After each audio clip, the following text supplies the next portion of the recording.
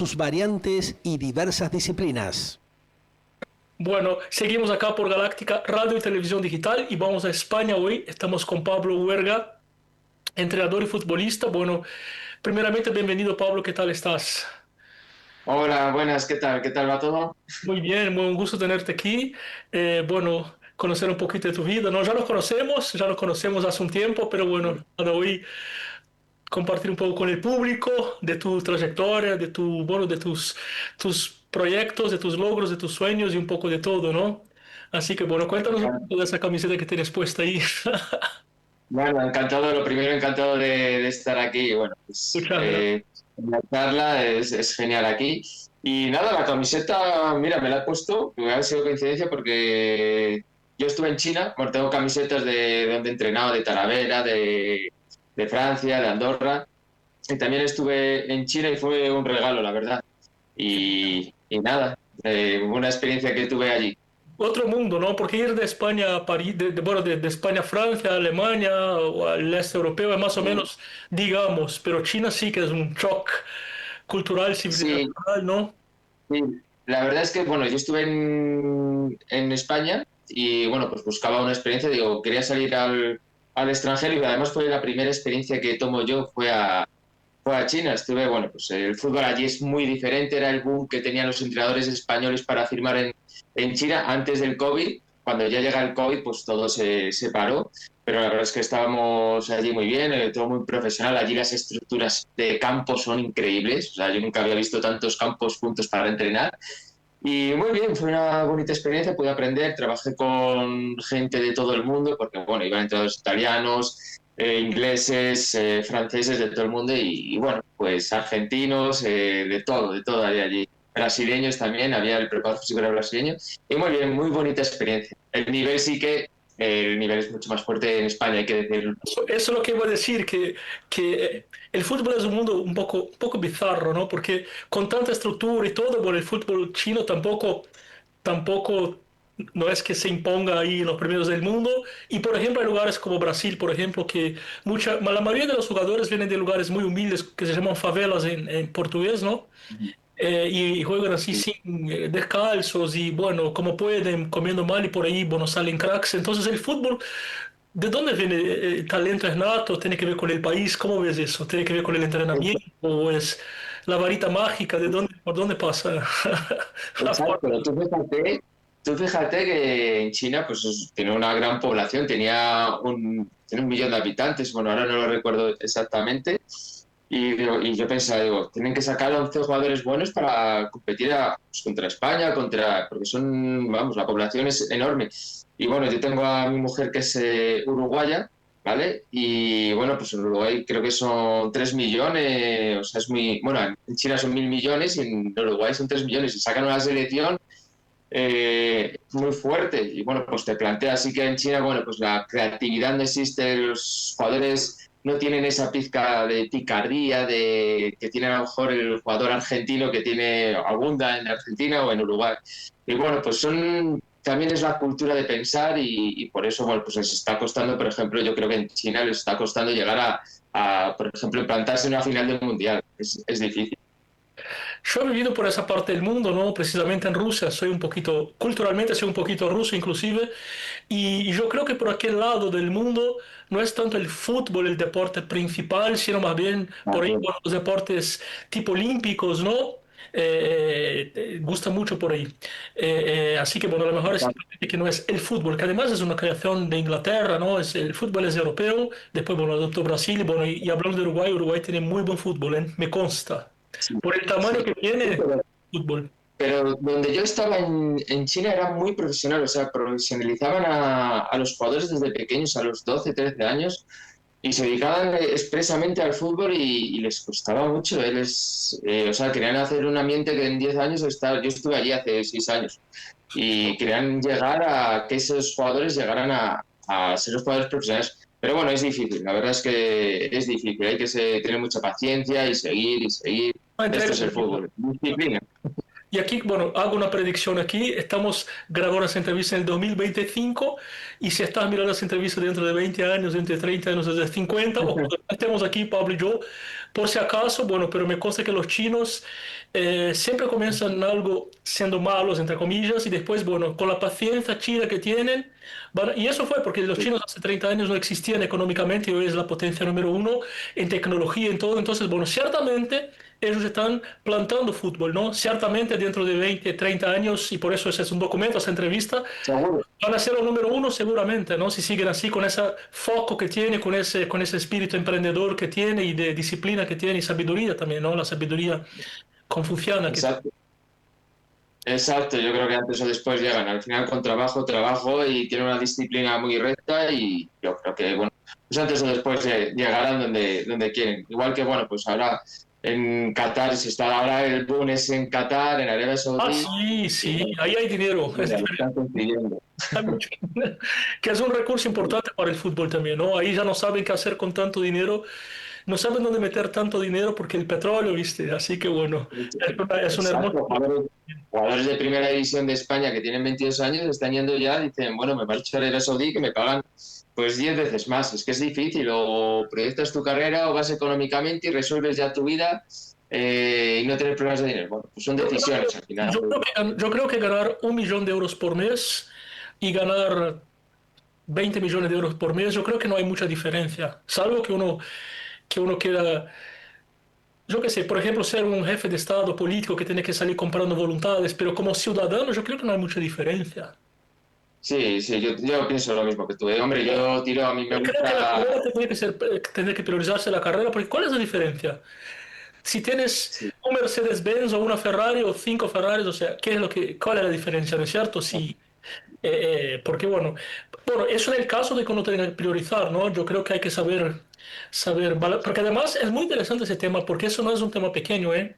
No es un tema pequeño, sí, y aquí no hablemos de 1 millón de euros, hablemos de 1.000 euros, de 2.000 euros, de 50.000 euros. Bueno, muchas sí. veces en el fútbol, que son salarios absolutamente asimétricos, ¿no? No es como ser abogado, ser profesor, ¿no? Son muy asimétricos y entonces, bueno, muchas veces un jugador deja de estar en un club que a lo mejor, bueno, tiene mucho más visibilidad y prestigio y proyección a futuro porque, bueno, necesita pagar cuentas y quiere comprar su Ferrari, que los jugadores les gusta por lo general, ¿no? Mira, así es. Yo, por ejemplo, mi caso, yo estaba allí, la verdad es que estaba allí muy bien, estaba en un centro de alto rendimiento muy profesional y yo fui con 30 años, era entrenador y digo, yo quise volví porque allí podía seguir, pero preferí aquí venir a Europa y crecer, sobre todo a España. Digo, si tengo las puertas en España abiertas, voy a intentar crecer mi carrera deportiva, porque allí, bueno, pues económicamente estaba bien, pero no crecía como entrenador. Y Claro. bueno, fue una decisión por eso volví. Rige la ley para el fútbol, en tu opinión, que nadie es profeta en su tierra. ¿Tú crees que un jugador o entrenador, bueno, del fútbol, cuando uno se va a otro país, se valoriza en su propio país? ¿Existe eso, en tu opinión? Pues no lo sé. La verdad es que no lo sé. Siempre, bueno, pues siempre vemos, cuando miramos a un jugador o a un entrenador, pues a lo mejor vemos lo malo. A lo mejor Ahora, vemos, España, sí, firmamos España es uno de los mejores fútbol del mundo, digamos, ¿no? O sea, España, sí, Francia, Italia, Alemania, Brasil, yo qué sé, estamos ahí, sí, sí. no hay, tampoco existen muchas opciones, y claro, y esos países súper ricos que, ¿no? Pero voy a sacarte un poco del entrenador, vamos a conocer un poco tu trayectoria profesional, incluso como jugador de fútbol, ¿no? ¿Cómo empezaste? ¿Cómo te acercaste al fútbol? Si te puedes remontar allá atrás, porque me encantan las historias y aquí tratamos de compartirlas para que, bueno, que el público pueda verte y conocerte un poco mejor, ¿no? ¿Cómo empezaste en el fútbol, primeramente, ¿no? No. Bueno, pues yo empecé, bueno, pues como en la calle, pues empiezas jugando con los amigos, esto que vas al colegio y te apuntas a un club de fútbol, de ahí, bueno, pues me firma el club de mi ciudad, la Cultural Leonesa, y bueno, pues ahí empiezo a crecer, así que bueno, tuve lesiones y de aquí, pues bueno, llego a jugar en tercera división, ¿vale? Ya me planto, te lo voy haciendo muy resumido, Sí, sí, sí. ya, ya me planto, bueno, pues en tercera división como jugador. La lesión Y fue lo que te sacó la lesión te perjudicó porque ese es el fantasma de todo jugador, ¿eh? ¡Ah! La lesión, sí, la palabra más sí, temida de cualquier jugador de fútbol, ¿no? Porque siempre... sí, sí, además a los 13 años me rompí el tendón rutiano y estuve un año sin jugar. y además me esperaban torneos muy bonitos contra el Madrid, contra el Villarreal, el Barcelona. Y bueno, pues estuve un año, además estás un año sin jugar y otro año para coger el ritmo, porque cuando una lesión es muy grave. Claro. Y bueno, la recuperé y seguí, que esto fue a los 12, 13 años. Después, bueno, sí que tuve algunas lesiones como menisco, doctores, pero bueno, cosas normales en el fútbol. Pero bueno, me planté en tercera división y ya ves que dices, bueno, no voy a llegar ya a segunda división, ya son situaciones muy altas. Y con Esto cuando 24 años... piensas que no voy a llegar, ya no llegas, ¿eh? Si declaras eso, ya ahí ya no. Sí, bueno, al final tienes que ser realista. Además, lo hablábamos un Por día que supuesto, por supuesto, por supuesto, también, también. tienes que ser... Sí, yo mientras estaba jugando a fútbol, pues estaba estudiando, ¿vale? En la universidad, la licenciatura de deporte, el diploma de deporte. Y ya me he plantado con 24 o 25 años y veía a los chicos de 19 años, de 20 años, que venían muy fuertes. Y yo, bueno, pues a lo mejor es el momento de dedicarse, apartar las botas. Y creo que de entrenador voy a sacar más rendimiento Claro, claro. al fútbol. Y además es hermoso Y ser entrenador y es una linda carrera también. Y digamos que si eres sí, entrenador, serás muchos futbolistas en el futuro, ¿no? Porque bueno, sí, para mí que son como hijos, ¿no? Son como hijos, ¿no? O sea, mucha gente que por ahí va, es como que tienes una participación importante en eso también. Porque bueno, al fin y al cabo, el entrenador es casi todo para un jugador, sobre todo los que están empezando, ¿no? Es sí, sí. La verdad es que, bueno, pues, es como si tuvieras cada año 20 hijos. Pero la verdad es que, bien, yo, mira, por suerte vengo he estado en Francia, dispongo de, bueno, pues muchos jugadores que tengo contacto con ellos. De Andorra, mi última, antes de venir a Francia, pues tengo jugadores que, bueno, pues me cuentan sus problemas, me llaman.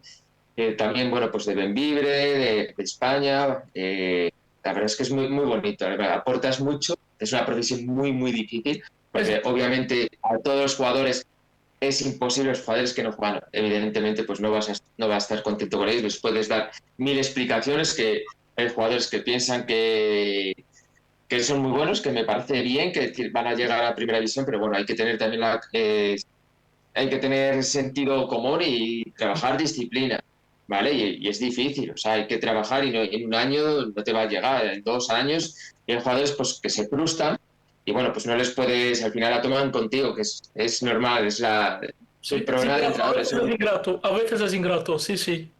Y sí, lo Sí, dijo Guardiola, muchas veces lo difícil de entrenador es tener como 11 jugadores van a estar contentos y los otros 11 que no juegan van a estar enfadados. Y Y, además si cambias a tres en el descanso, pues tienes otros 3, tienes solo a 7 jugadores contentos. Y es difícil, tienes que manejar todas estas situaciones partido a partido y bueno, pero es gestión. A mí la verdad es que me gusta, es y una además, parte no solo para de... jugadores, Pablo, tú tienes presión del jugador, del público, de los jugadores, del técnico, del presidente del club, de los auspiciantes, de los sponsors, o sea, debe haber muchas presiones, ¿no? En tu lugar, porque es un lugar que confluye, ¿no? Tú eres el eje entre el jugador y la hinchada y el directivo, los directivos, o sea, estás ahí, Efectivamente. complicado. Claro, tienes que gestionar eso y tienes que sacar resultados positivos del fútbol, porque si tú a un jugador se puede enfadar contigo, pero si no tienes resultados, el primero que se va a la calle es el entrenador, eso tenlo claro, y todas las críticas van al entrenador. Sí, Así sí. que bueno, es un Cuando todo robo. sale bien, cuando todo sale bien, el que hizo el gol lleva todos los laureles, el club Efectivamente, se lleva el dinero y bueno, cuando sale mal es el entrenador, es alguna cosa ahí. efectivamente, es más fácil echar a una persona que es el entrenador que no a 20 jugadores, es así, y es con la presión que vivimos. ¿Y qué es lo más difícil de lidiar? Con el ego de los jugadores, con las exigencias absurdas de los directivos, del consejo, que por ahí no están ahí, no ven la situación y quieren resultados absurdos o que no hacen inversiones pertinentes y cree que, en fin, ¿qué es lo más difícil? ¿Cuáles son, sin citar nombres, porque eso es muy antipático, no lo vamos a hacer, pero sí, a lo largo de tu trayectoria, ¿qué situaciones son las más complejas y complicadas de lidiar? Bueno, sobre todo, no, sobre todo yo creo que es al final si creas una disciplina del jugador, del profesional, los jugadores ya cuando te encuentres en este nivel son profesionales, se cuidan bastante, no tienes problema con la directiva, tienes todo. Pero yo creo que lo más difícil es lidiar con los jugadores que no juegan, porque bueno, es difícil. Para mí es lo más difícil porque al final estás diciendo a un jugador que trabaja todos los días, le estás llamando, pues decir, no me sirves, eres malo, fuera. Pero bueno, poco a poco, nunca se sabe porque puedes hacer 3 años buenos y subes. Puedes hacer 3 años malos de entrenador y estás olvidado. Es el problema que tenemos.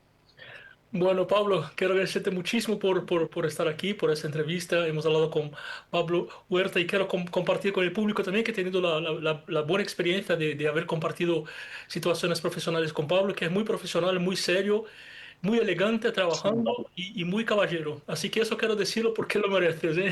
Creo que hay que decir las cosas. Así que bueno, Bueno, pues muchas gracias, muchas gracias. Un placer los valores estar son contigo para aquí y nosotros. compartir este momento. Bueno, un abrazo grande desde aquí de Galáctica Radio y Televisión Digital y a vosotros ahí del otro lado nos encontramos en la próxima emisión.